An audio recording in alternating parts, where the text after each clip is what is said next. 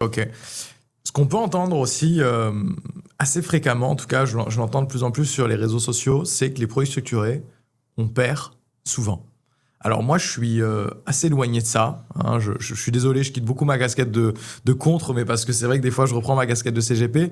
On entend souvent qu'on perd souvent. Et moi, ça fait 5 ans que je travaille dans la gestion de patrimoine.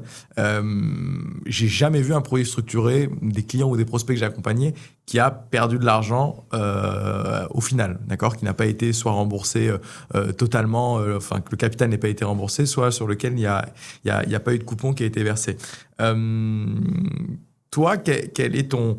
Est-ce que tu peux peut-être, par exemple, nous réexpliquer comment fonctionnent justement ces barrières de rappel, ces airbags, ces protections qu'on peut retrouver justement sur les produits structurés qui permettent de limiter la casse justement si les marchés se retournent?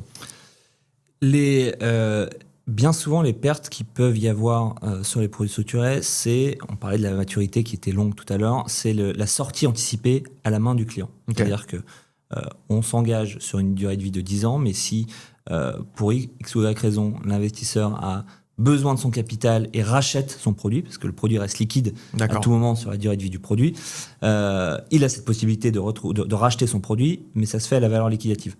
La valeur liquidative, c'est le prix d'achat, à tout moment du produit, peut, elle, être baissière et pas garantie dans le temps. Ça peut être un cas de perte en capital.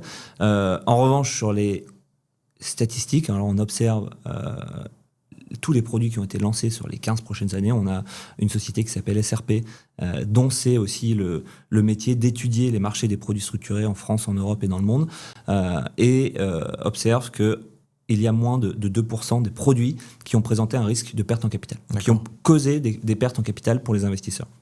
Et si on regarde sur ces 2%, ça va être les produits les plus risqués. Donc ça veut dire qu'on ne va pas travailler sur des indices, on ne va pas travailler sur une valeur, mais on va travailler sur plusieurs valeurs et prendre, par exemple, la performance, la moins bonne des performances de ces 3 valeurs. D'accord. Voilà, donc c'est des produits qui, de leur construction, se veulent beaucoup plus risqués et qui ont aussi des objectifs de rendement bien plus élevés et bien plus embarqués, mais qui, de fait, étant plus risqués, ont aussi connu des accidents.